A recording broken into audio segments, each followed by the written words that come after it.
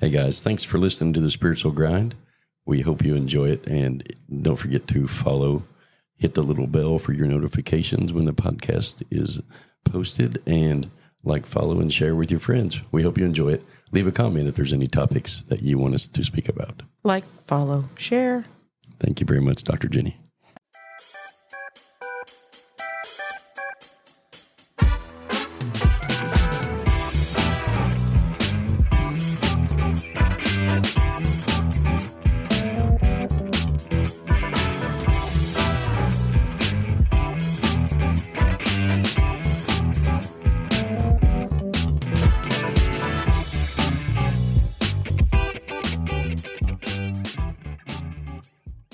Good morning, everybody. Welcome back to the Spiritual Grind.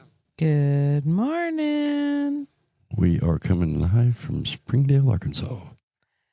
Springdale, Arkansas. Yep, we just finished up with Ozarks Research Institution's annual conference. It was a very great, it was a good conference. I think it's would it be considered a biannual? Because they do another one in September, right? That's a school. This is the conference. That's the school. Oh, what's the difference? I don't know. We'll have to ask them. Oh, I was just curious. I don't know the difference. But anyway, it's a very good turnout. Went well. Did lots of good things. Had lots of good energetic sessions going on. Yeah. Went well.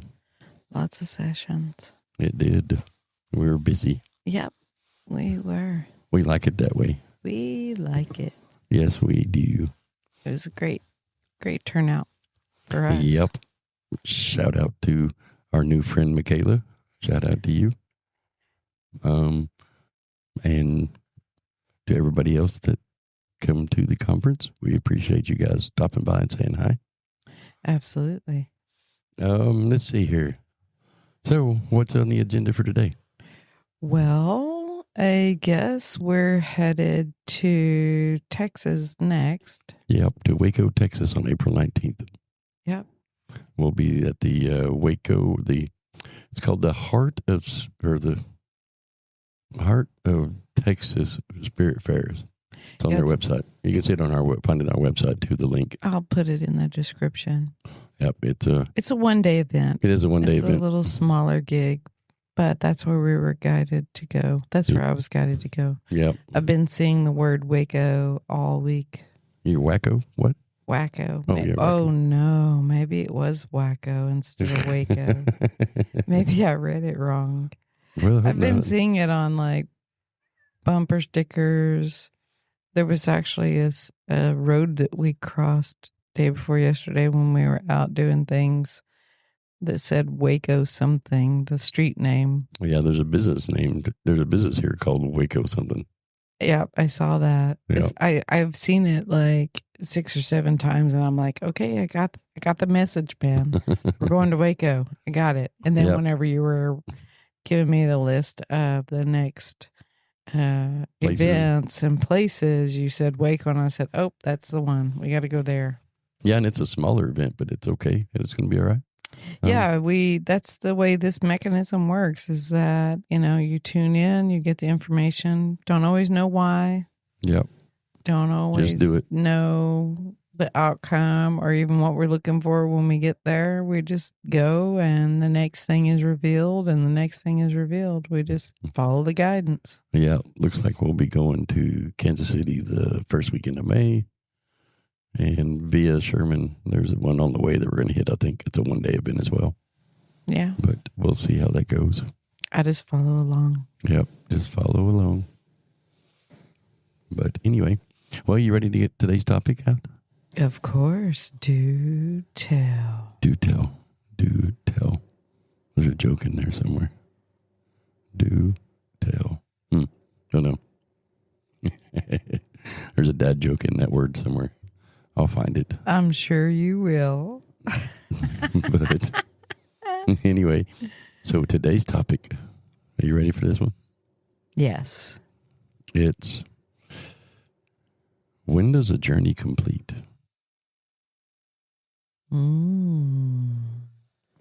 Because what brings that up is there are a couple of we got a couple of emails from the conference, and one of them said, "Well, when are you guys going next? And when does your journey end of traveling around?" I'm like, that's a good question. When does the journey end? How do you identify when any journey it's time to end that journey? And so when I was trying to take a cold shower this morning. Why were you taking a cold shower? Because I couldn't get any water. Oh, you couldn't get the flow to work? Nope, my flow was stagnant. Oh. We had water line issues. But my flow was definitely not working this morning. You had some flow issues going on. I did.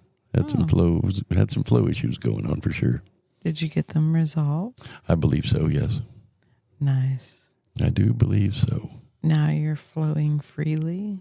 I am. I believe so. I believe I'm flowing freely, yes. Oh. As you structure our itinerary and tell me that I can't go to Coleman's mine. No, we're going to go to the mine. But we're going to go hit Coleman's crystal mine while we're here in Arkansas. Yeah. I'm a stoner, man. There's some stones calling me. I got to go by there and pick them up. They're waiting. They're waiting for the bus to get there and take their next journey with me. So when I was thinking about the topic today, I was like, you and I, we do things. I don't know how everybody else does it, but we do it to where there's just signs along the way, we just pay attention. Yeah. There's when a journey's coming to an end, we just pay attention, and most of the time, we get it most of the time right, I would say. Well, I get it always right. Whether you listen to me or not, it's another story. Yeah. I think for me, it's most of the time, it's a certain way it feels. Mm-hmm. The journey never ends. That's the convoluted concept. So I think for me, the journey never ends. Mm-hmm. It's all about taking journeys. It's for me, it's more about when is this particular journey on this topic complete? Right.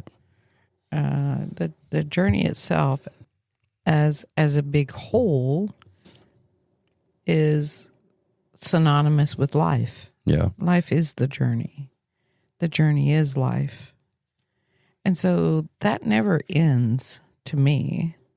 It's just what event has come to completion and ready for you to devote more of your energy to the next event or circumstance. Yeah. Would be how I define it for myself. And for me, it is, it's just it's a feeling I get inside of my being of, okay, this one is done. Let's file it into the universal library, as I like to do. That's a technique I use. And let's move on to whatever the next thing is, because there are many different journeys we're on simultaneously at any one given time. Right. Like for myself, I was on a journey to come to the speaking event. Mm-hmm. But at the same time, I'm on a journey of writing books and making podcasts and living my human life, whatever that looks like. Those are all different kinds of journeys that I'm on within the big whole journey. Okay. And there are events within the whole big journey of life. So for me, it's a feeling. Well, see, for me, it actually created a deeper question. Oh, okay. Do tell. Take us there. And the deeper question for it is, does journeys ever actually end? And where within it, because here's the thing: is we know people, we get to know people, we do things. Those are all individual journeys. Yeah. And be it buying new things, whatever, it's all a journey. And I think for me, the deeper question within all of that is, there's always signs and symbols. We teach this all the time. That is to listen and pay attention, because your higher self, your spirit, whatever, is putting things in your way that signal things. Absolutely, 100%. And when those signals come across, it's about tuning into the frequency of, is it time? Is it not time? Is this symbol a prelude to the next one? And those kind of thoughts. And our producer just came to work. Producers in the house, 4 legs and hairball. Welcome, producer. You checking it out to make sure these idiots are doing what they're supposed to be doing? She's jumped the cat producer. Like I said, when that box comes on, she's got to jump up here and make sure we're doing it right. Every time. Every stinking time. But anyway, bigger journey, deeper thought. Continue. And so, like, for example, there was also in the last big major journey that we had, we took it upon ourselves I took it upon myself to prolong the journey a little farther than it probably should have went. Which one is this you're talking about? Employment. Oh, I see. Yep. Uh-huh. And we both were getting all the messages and seeing all those things, but for some reason I chose to prolong the journey. Okay. And so I was humanly interrupting the spiritual journey within it. Right. By interjecting my own thoughts and opinions instead of just following the breadcrumbs. Yeah. And so for me, it's more of a deeper thing. Why? First of all, how do we teach people to notice those signals? And B, why would we humanly interject ourselves and not do it other than beliefs? Mm-hmm. I'm sure beliefs have a lot to play in it. Yeah. And emotions. Mm-hmm. And so that's where my deeper thought is. Yeah. So, it can be multiple reasons, actually. If you think about the mechanism of manifestation, belief system work, and, creating our reality, one of the things that can trip someone up and have them hang on to a circumstance that they're in, or a journey, if you will, that they're on, and holding on to it longer than they should, can be fear-based. Mm-hmm. It can be that they're still tangled up in the fear of the unknown. And so if you're looking at the place where you're at and you're afraid to leave it, but you're disguising that as making up excuses of it's not time to leave, it's not the right time. If you don't stop and make yourself aware that all the signs are pointing that it is time, why am I not allowing this to happen? And coming to the realization that it is an underlying fear, and we'll use us as an example. You're specifically talking about the corporate job that we had and prolonging the extraction or the leaving of that journey. And if you've got an underlying fear where, that provides you with a tangible, real life paycheck, for example, which is most of the time what stumbles people up. I've got a reliable paycheck. It pays my bills. I can count on it. It's familiar. It's not unknown. And me going on a new journey brings in that doubt of, okay, how am I going to pay my bills? If I get rid of this job that's providing me my biweekly paycheck. Uh-oh. Dang it. Do you have the quarter? More money in the bucket, man. Yep. That bucket's now turned into two. Yeah. We've filled one bucket up. Now we're working on the second one. Literally. Dadgummit. All right, I'll put my money in. But anyway, back to the topic. If you're talking about, and we'll use that example, if you're talking about leaving a job because it no longer feels right, you can feel the feeling of being done with it. Mm-hmm. But if you get jammed up in doubting that you'll find a new job or doubting that you can go and do the actual thing that brings you the joyful thought of, you know what? I'd like to be this next thing when I grow up. Mm-hmm. But you're uncertain as to whether you have the ability to learn that skill, or you have the uncertainty of leaving one paycheck, for example, and going into a situation where maybe it's not as much money, or you don't even know how much the money is. If you're changing careers completely, it boils down basically to the one concept. It's fear. Mm-hmm. It's fear of the unknown. It's combined with not trusting the unseen, not trusting the all that is, not trusting the God, the spirit, whatever your title for that entity is. It's tangled up in not trusting that your needs will be met. Mm-hmm. And the fear of exploring something that's unknown because you've categorized the unknown as something not enjoyable. Okay. When we were kids, we looked at the unknown, and it wasn't an unknown. It was an exploration. It was an expedition. Yeah. It was exciting. It was fun. It was, let's go explore. When we got on our bikes and we went and rode around town all day, never one time did we have fear come in that said, oh, am I in the wrong part of the neighborhood? Or is something bad going to happen to me or whatever? We just got on our bikes and went and rode. Yeah. And that's how life needs to kind of be looked at, is if you are being given a desire to go in a different direction, that desire is evidence that the thing that you are wanting or dreaming about already exists. And now it's your job to align with it in a manner that is fun and intriguing and interesting, and go about it that way.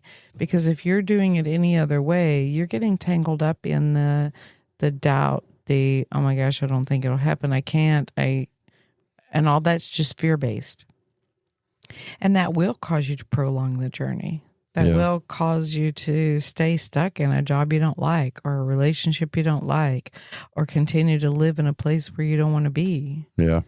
All of those areas of the life pie, if you're doing that and your perception is to fear things, it will keep you from moving to that next place. Mm-hmm. It'll keep you from, if you want to live in, I don't know, Colorado, for example, because you love the winters and the mountains and the snow, and you're in Florida, it will prevent you, because you'll start doing this, what I call the monkey mind dialogue inside your head. And that monkey mind will start coming up with reasons and excuses for you not to go. Yeah. How are you going to get the money to go? Oh my gosh, it's going to cost so much. Or, we can't go to Coleman Mine to get crystals because I don't want to go down 40. I want to go 412, and it's backtracking. Even though going to Coleman Mine is what you were guided to do for whatever reason, and it's fun and enjoyable to me, you start making up monkey mind verbiage of don't move to Colorado because you don't have the money to get there. How are you going to get there? Where are you going to work when you get there? Where are you going to live? Oh my God. Oh my God. You've got a perfectly fine house where you're at. You've got a perfectly fine job, especially when those two factors right there, there's nothing wrong with. If you love your job and it's a great job and you enjoy where you're at, you're just getting that intuitive nudge or that desire to live in a different place. Mm-hmm. People will not follow that seed when they can't justify or validate. And so then sometimes what they do is they'll stay because they'll talk themselves out of it and they'll use this dialogue. I love my job here. I am perfectly content and happy, and I have a wonderful house I live in, or apartment, or whatever you call it. Why would I get up and why would I go to this other state where I've got to start all over or whatever? That's still monkey mind, especially if you're getting an intuitive nudge. Yeah. And I'll use myself for an example, over we've been here a week and a half? Yeah, about that. A little over that. So in a week and a half, I've probably seen the word Waco. Waco? Waco. Okay. Probably 10 times. What'd I say? Waco? I've probably seen that word somewhere 10 times. Yeah. If I went about it and I said, oh, it's just a one-day event, they have no speaking opportunities, why would I waste my time going and doing a one-day event? And I talked myself out of it, I would miss the possible opportunity that's waiting there for me that I have no idea what it is. Whether it be my opportunity or someone else's opportunity or a combination of both. Mm-hmm. And that's how all the different areas work. If you're getting a desired nudge to go somewhere else or work somewhere else or be in a certain place, if you truly want to follow your divine guidance, you let go of the fear and you just go. Yeah. And you trust, even if you can't see. And for those that are biblical and go with the God concept, it's in the Bible. Yeah. Is it not? Yeah. Trust the what does it say? The kernel of a mustard seed and all of that. Oh, having the faith of a mustard seed. Right. Yeah. It's not I'll believe it when I see it, or I'll go when I have validation or belief. Yeah, there's many references to that, like, I just needed to throw that in because faith, collectively I'm sight. getting that there are some that listen who give spirituality that premise. Yeah. Because that's a side note. Okay. Whether you believe in the Bible or you follow that content or whatever, our material fits all of that. Yeah. And you can be whatever and follow some of our teachings. Yeah. So back to the initial question, what keeps you hanging out longer in an event or in a journey? Right. And ultimately, when you follow that spiral down, you're going to find the seed of fear. Yeah.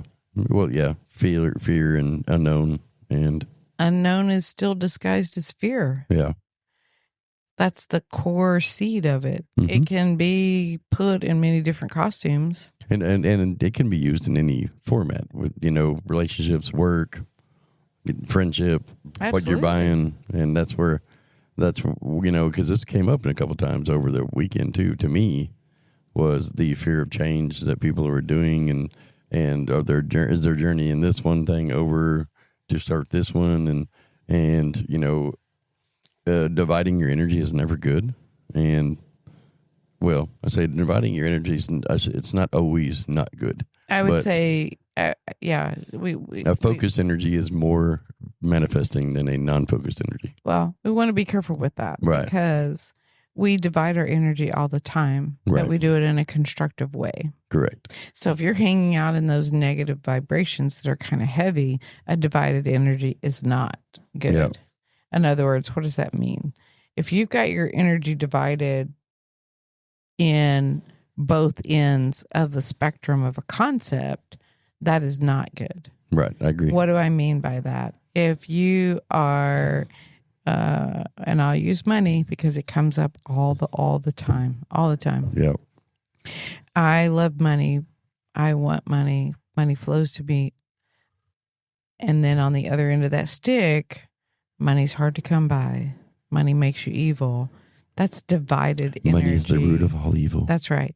That's the divided energy we're talking about. Yeah. When you divide your energy between two ends of the spectrum of a topic, that's when the split or divided energy is not beneficial. Okay.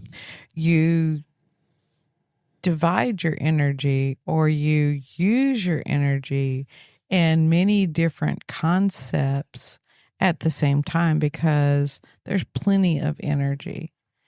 And I'll give you an example of what I mean by that. It's perfectly okay to use some of your energy to... Ooh. Did you see that? My computer's going on and off, and I'm waving my hands about as I talk. It's kind of crazy. It is perfectly okay to give some energy towards, like in my bubble. There's some days when I feel like writing, excuse me, some days when I feel like writing a book. Mm-hmm. And there are some days when I feel like doing my graphic designing and creating illustrations. Mm-hmm. There's some days where I feel like writing an article or doing absolutely nothing and laying around resting, watching my favorite Disney show. Yeah. It's okay to divide your energy on different projects, because there are different kinds of energy for each of those projects. Yeah. I'm not saying you need to have all of your energy hyper-focused on one project at a time.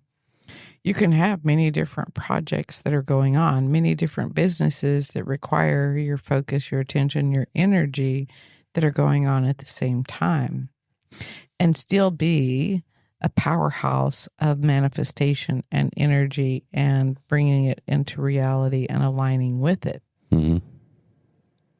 It's like I said, when you are splitting your energy between the two polar opposites of the Burning same the concept. candle on both ends. Yeah, exactly. Some of those old myths, they have legitimate. Yeah, some of them do. I agree. Legitimate source behind them. You know, because that's one of the first things that I learned through business is everybody will always tell you, don't divide your energy. Keep your energy focused on what the next best thing is. And, you know, and for a lot of us, we have a tendency to become single-faceted. Yeah. In our personal life and in business because of that. Because we misunderstand what dividing that means. energy means. That's correct. And so I'm here to clarify what the definition of that is, which I just did. Right. The dividing of the energy, what is meant by that is when you divide it amongst the two polar opposites of what that concept is. Mm-hmm. Yes, I can do it. No, I can't do it. That's a split energy. That's right. a divided energy. Mm-hmm. And the mechanism is going to crash if you keep entertaining both of those concepts. Okay. If you're talking about, I've got this project going and this project going and this project going, those are energy aspects on different projects, different themes, different things going on. Mm-hmm. And as an entrepreneur, or anyone else that's an entrepreneur, you know that you don't have all your eggs in one basket. Right. There's always creative ideas popping in. There's always new things that pop in, and it is perfectly fine to give that energy as a new concept. That's what we do. Right. It's just making sure that you're not splitting that energy up and entertaining the negative. The negative, yeah. Of the thing that you want while trying to entertain the positive of the thing that you want. Well, and that's where the other part of it that I wanted to touch on is when you do split your energy, to make sure that you're focused your energy and don't split your energy again. Like, don't, because that's where... people have a tendency when they're multitasking, because that's how we were taught. You and I were taught later on in life is multitasking is success, but then you're taught not to split your energy because then you're taking focus away.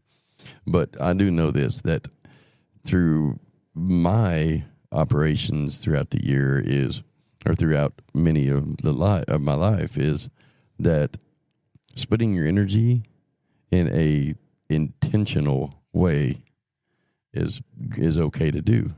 Right. But if you split it, you don't want to continuously split it. Like, I'm not going to go, like, I'll give an example. The example I'm trying to think of is you're doing something with your job, and then you're doing something else with your job. I have an example. Okay. Would you like me to share it? Sure. So we have a Jin Dan yoga program. Mm-hmm. It is a combination of meridian work and yoga. Uh-huh. We've combined it together, and that's a concept. Correct. We have a subscription plan. People tap in to see our Zooms and our pre-recordings and all of that. If we bring in sound therapy into that, that's a split energy. Yes, I agree. And it doesn't fit in that concept. And Right. so it will split the energy and the momentum of giving Jen Dan its trajectory or its path to follow, because you've now got a little fork in the road that says, oh, let's take part of this Jen Dan energy and let's give it to sound therapy, but in the wrong place at the wrong time. Yeah, totally. And so what it'll do is it'll make that journey difficult. Yes. And challenging. 100%. Because it doesn't fit in that bucket. Yes. So if we bring in sound therapy, it's not that it's not okay to bring that in. It's that it needs its own path, its own trajectory to live on, so that it has its own energy to grow and become what it is. 100%. So then what you do is you create a sound therapy concept and company or aspect that is sound therapy. Then Jen Dan can say, okay, sound therapy, will you make the sounds and the tones for my Jen Dan yoga that I play in the background? Mm-hmm. That's how you incorporate that in not a split energy way. Correct. That's the beneficial way. But if All you right. try to fork off of something and it's not meant to be forked off of. What the fork? What the fork? Fork and shirt balls, man. Then that's where you'll lose. Well, fork me. You'll lose the energy trajectory of a concept, and it will kind of fizzle. Mm-hmm. And that's where you have to be careful. Right. I love you so much, Dee, but I needed to use the example. And so I think that the energetic flow that when you take your focus away, especially if you've already split your energy. Yeah. When you take the focus off the energy that you've split to, then you will, it's very easily to lose the focus of what you're actually doing. Because you're now, not only is your energy split, but your attention is split.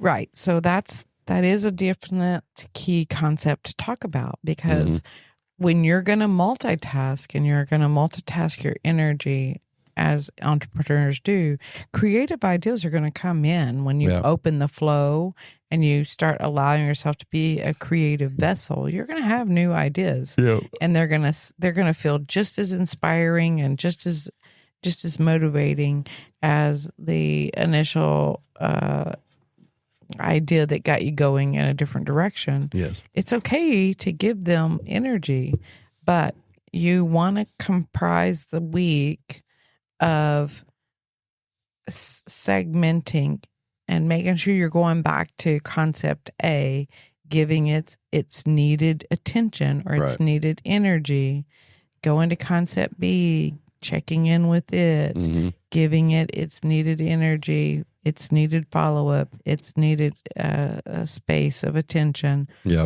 and making sure you're setting up your time to where you don't just let this one fizzle or fade unless it's time to let it fizzle or fade. Right. You want to make sure that you're organizing your week to where each concept gets a moment of your time to just check in, see how it's going, what does it need, and that's good business as well. Agreed. What does it, how are we doing? And giving space to go back and check in with it, especially if it's something that you're wanting it to have a little longer life, then you're going to need to find a way when you're working for yourself as an entrepreneur to come in and give moments of time we call weekdays or weeks or whatever, segmented to this concept, that concept. So none of them lose their energy or their trajectory and don't fizzle out on you. Right. Is that kind of what you meant? Yeah, yes, that's exactly what I meant, actually, because that's a great way to look at it, is when you're splitting your energy and you have the concept there, it's okay to, they say work your plan, don't plan to work. Yeah.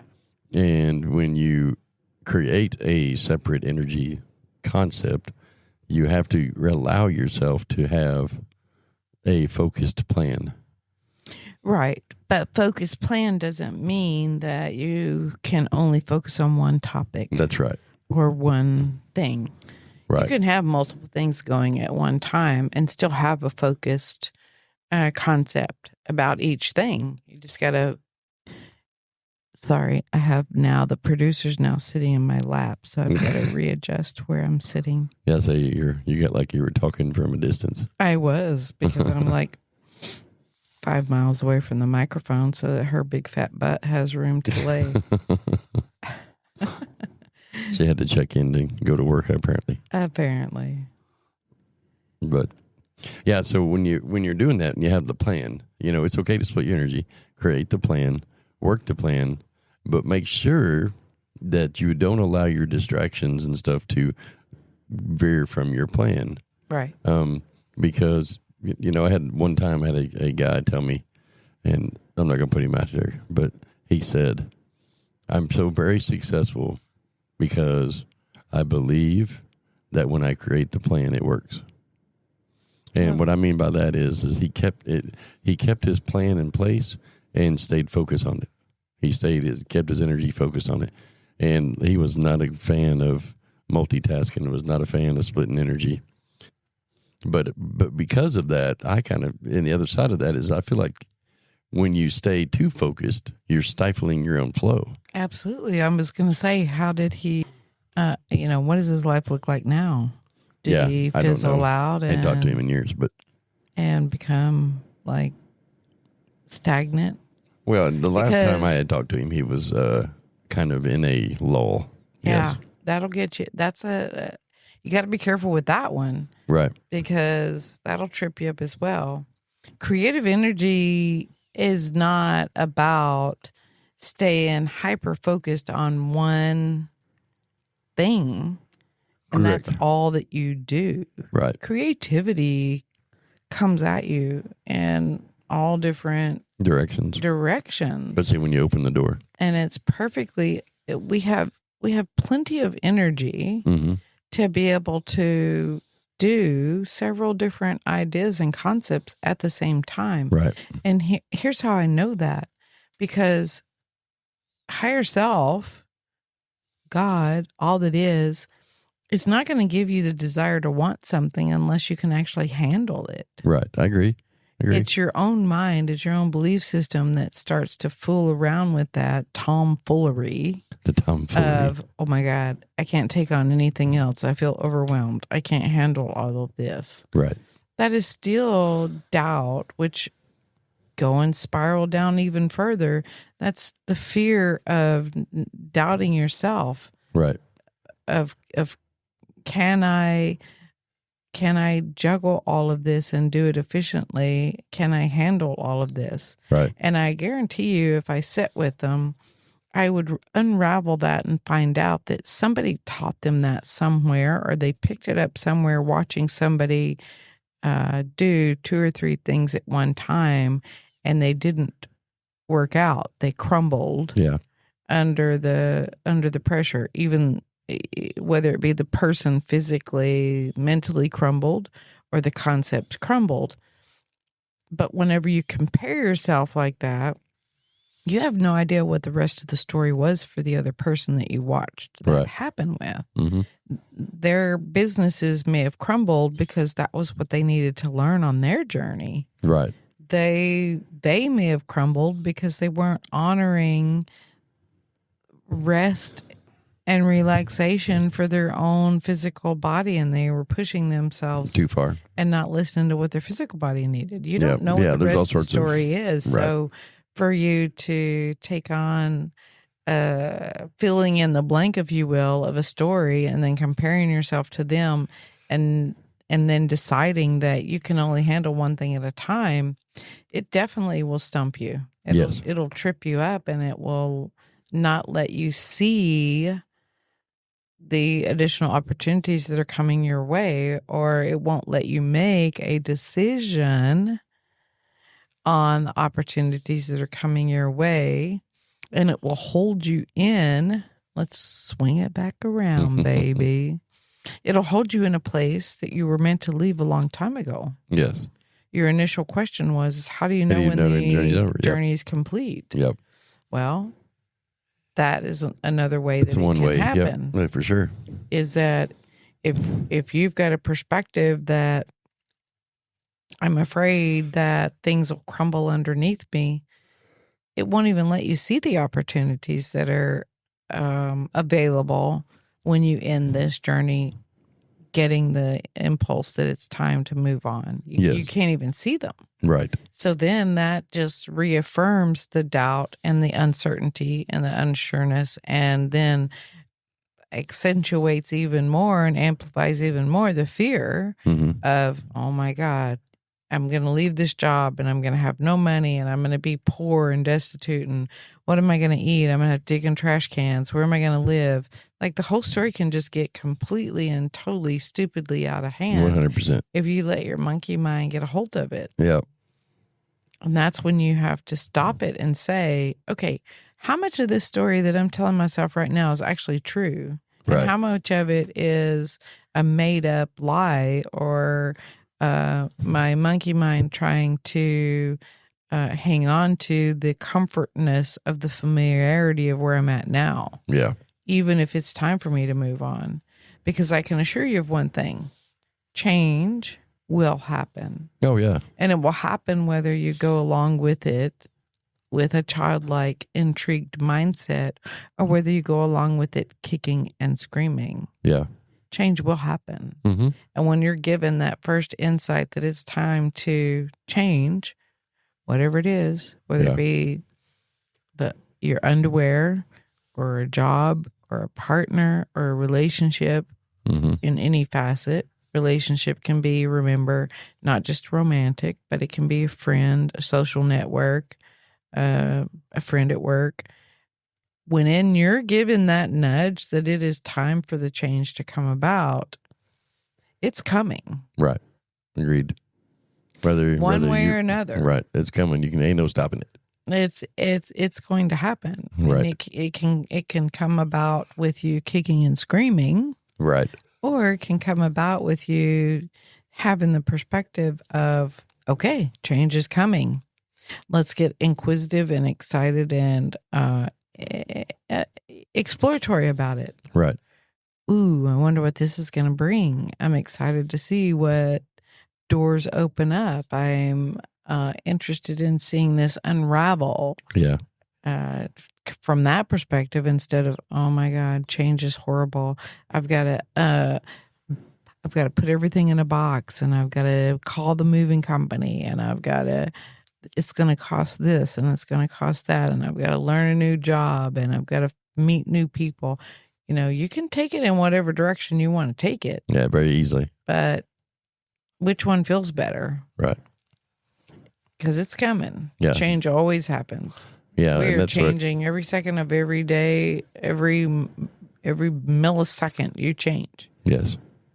And you're creating the journey within each journey. And so, like, let me explain what I'm going to on that situation. When you have something a journey that you're on, when we are getting signals, we subconsciously, a lot of people, like, this is what happened over the weekend. I had many conversations with people about this. oh, I'm supposed to be doing this. I know it. I could feel it in my heart.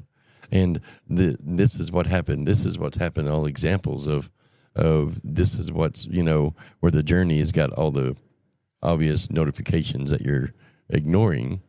Right. But yet you're not doing it. And so what like multiple times over the weekend, somebody said, and so I went and did this instead of this. Mm-hmm. They create this subconscious journey that I'm going to do this first and then do that. Right. And all you're doing is you're splitting the energy again. Right. And then wondering why your reality doesn't look like the way you want it to look. That's right. Yeah. Duh. And that's what, and to put that out there to people is when you're on a journey, man, don't hinder it yourself. Make the decisions that you need to do that Spirit is giving you, or your higher self is giving you, or your higher power is giving you. Pay attention to those. Yeah. Because it will guide you in the right direction. Right. You just have to be trusting. Because that was another conversation that happened a lot over the weekend, is trusting what you're supposed to be doing and where you're doing it. Yeah. And how you're doing it. Trusting that intuitive nudge. That's right. And that's how like because one lady was like, yeah, I know I'm supposed to. I mean, I've been at my job for 26 years and going over all this stuff. And I don't even remember how many years it was actually. And she was like, and I'm going to do this. I want to go do this. Okay, so the problem with what you just said is you're going to go instead of I'm doing it. Right. And if it's a guided journey that you have and you're not humanly, corrupting the system, then you should be doing it. Yeah. And, let go of the relationship, friendship that you have with your boss and let it go.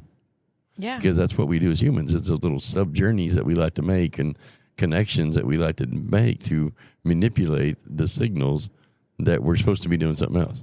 Well, yeah, it's an underlying sabotage, basically, of giving yourself a reason not to go on the other journey. Yeah. Yeah. It's a way that create justifying okay to stay. Right. And what I always say is, if it's okay to stay, it's okay to go. It's okay to go, it's okay to stay. If it's okay to go, it's okay to stay. Right, it's a balanced place. Come to that neutral place of, this is my next journey. And if I truly want change and I truly want it to be different, then take the step. Take it out and jump on it. And go with it. Don't come sit in my chair and whine about why your reality is not changing, or what can I see into the future of what am I supposed to be doing? Yeah. People will come and they'll sit in my chair and they'll say, okay, tell me what you see. Right. And I say back to them, tell me what you see. Right. I'm not going to get my crystal ball out and tell you what I see when you're not even following the steps of what you see. Right. So you tell me what you see, and we're going to dig around in that and find out why you're not following the things that you see. Yeah. Because I know you see them. Yeah. I can feel it in your energy. I know you hear them. I know you see the messages. Yep. And then they're like, okay, all right. Because the other premise behind that is that I'm not going to follow you around and crystal ball you. Right. You need to learn how to do this when I'm not around. Right. And so I did that a couple of times this weekend. They were like, they would sit down in the chair and they'd be like, okay, give me my reading. What do you see? What's in my future? Nope. This is not how that works. Here, you hold the crystal ball and you tell me what you see. Right. Because I know you see and you're aware and you know you're supposed to be doing something different, or you wouldn't have sat in my chair. Right. And so let's just get to the point. And so let's get to the seed of it. Yeah. I've had a couple of those conversations over the weekend. Yeah. People will come to you and say, I just don't understand why this is in my life, and why did this happen? And, and so like, tell me how to fix it. I'm not going to tell you how to fix anything. No. I'm going to tell you that you have the power to fix whatever you want to fix if you'll identify it and own it. Right. Stop right there. Yeah. Why are you not following what you know you're supposed to be following? Right. And let the demons out. That's the core. You got to let those negative thoughts and those negative histories out. Yeah. And it clears up the journey of thought of when to change, when not to change. It clears the journeys up. the fear, the demons, the negative experience that happened before. Like I hear that a lot. Mm-hmm. I'm not doing this because this happened to me, or this has already happened to me. Mm-hmm. Well, that's a fear, and it's going to happen again until you relieve the fear behind it, because then you're just attracting it right back.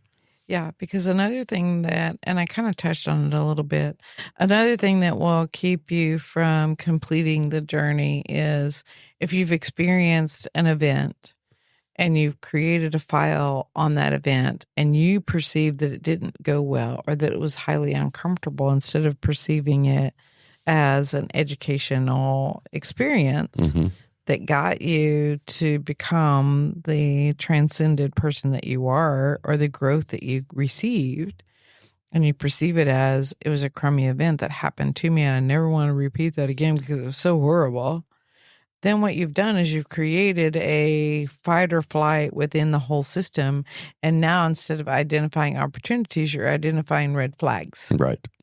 Correct. And so anytime an event or circumstance comes your way, instead of looking at it from a place of intrigue and curiosity, you're going to look at it from a place of, okay, I'm looking for the red flags of, does this look anything like this event or this event that I experienced that I never want to repeat again? Right. And if it has one or two of those red flags, your monkey mind will take and write a whole ass, 394-page book on why you shouldn't move from where you're at. Right.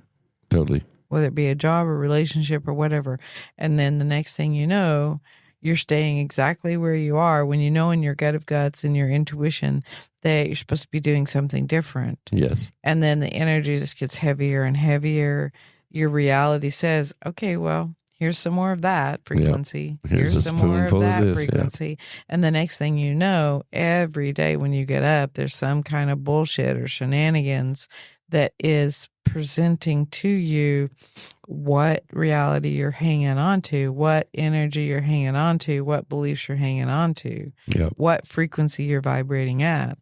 And if you're vibrating at that lower frequency, here's another spoonful, and your days are just turned into crap. Yeah. And unfortunately, if you don't become aware of it, you'll get caught up in that habitual loop of living that as your normal life. Yeah, totally. And then what you'll have to do is back up, because change will come. Will come. It will become so uncomfortable. Early in the days, I would talk about the pain and pleasure concept. Yeah. We make changes when it becomes so painful that we can't stand it anymore. Right. That doesn't matter whether it's a job relationship or when the pain of getting whatever. out of it is lesser than the pain of staying in it. That's right. Yeah. And when that pain becomes so intolerable, you'll finally get off your butt and make the change. Right.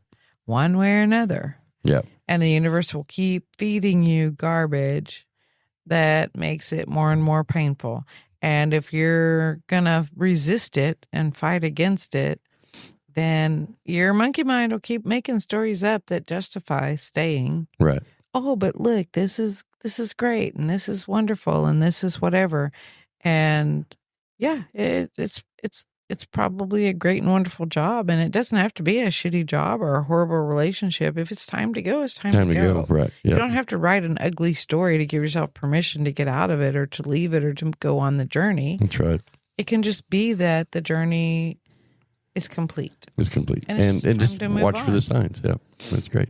Yeah. I think that was welly covered. Welly covered? Welly covered. Well covered. We wellied it. It's wellied. It's wellied. We're going to put that in the dictionary. Yeah, that goes in the dictionary. That's under the Spiritual Grand Dictionary. Yeah, but that's under the James-isms. James-isms, yeah. Yeah, we've got James-isms and Jenny-isms in our dictionary. That was welly covered.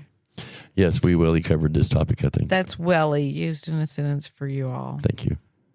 Welly, it's time to go.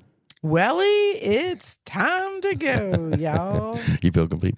Yeah, I'm good. Hey, guys, don't forget to check out the new store and the website and the merch store.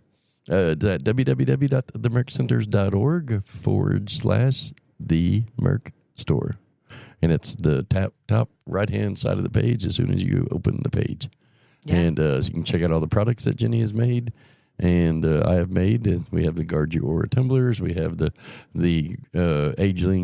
aging gracefully-ish greeting birthday cards. And then we also have the books and then the wands from energetic wands. Wands from Danielle over back in Daytona Beach, handmade stuff. T-shirts. And the T-shirts line is all there. And there will be becoming some more stuff in there. Right. Yeah. We'll keep adding content in there because there's lots in the queue. For sure. Waiting to be put in there. Yeah. And can I have a plug opportunity?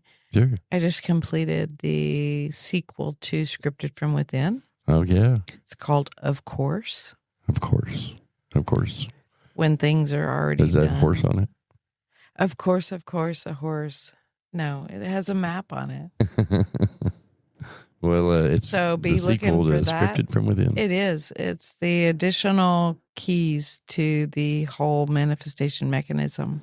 Nice. And so, it's Be paying attention. It'll be ready here before long. We'll probably have it to the next. Well, if not the next one, definitely the second festival that we're going to go to. Yeah.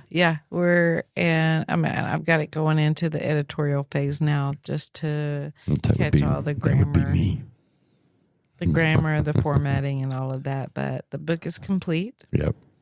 Hey, and don't forget to check out jindanyoga.net. That's the new yoga series or the new yoga modality that's been created by Dr. Jenny and Danielle. Yeah.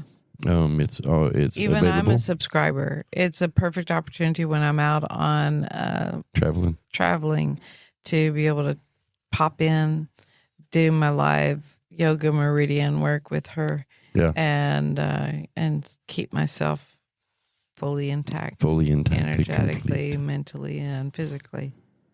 Yep, and don't forget to check out the our work section of the website because that's where you get the books and all of the things that we have created. Let's see here. Don't forget, the early bird sign up is now open for Lucidium World. Is actually open. You may sign up for early bird practitioner or user if you go to www.app.lucidiumworld.com. You've also got the investor part of it open, right? Yes. You've got the second round of investor. Yeah, first round's still open. Okay. Not the second round. Whatever. Not my area of specialty, but I heard you talking about it. I did. It is. It's not on that part of the app. It's actually just email. If you'll email support@themerckcenters.org if you're interested in becoming an investor in the app. That's all I got. How you like me now? That's all I got, man. Anyway, guys, hey, don't forget to follow, and share. And somebody needs this, send it to them. Absolutely. Share it off and let them see it. And definitely don't forget to continue the journey and ring that bell. Love Hey, guys, we hope you all have an awesome day.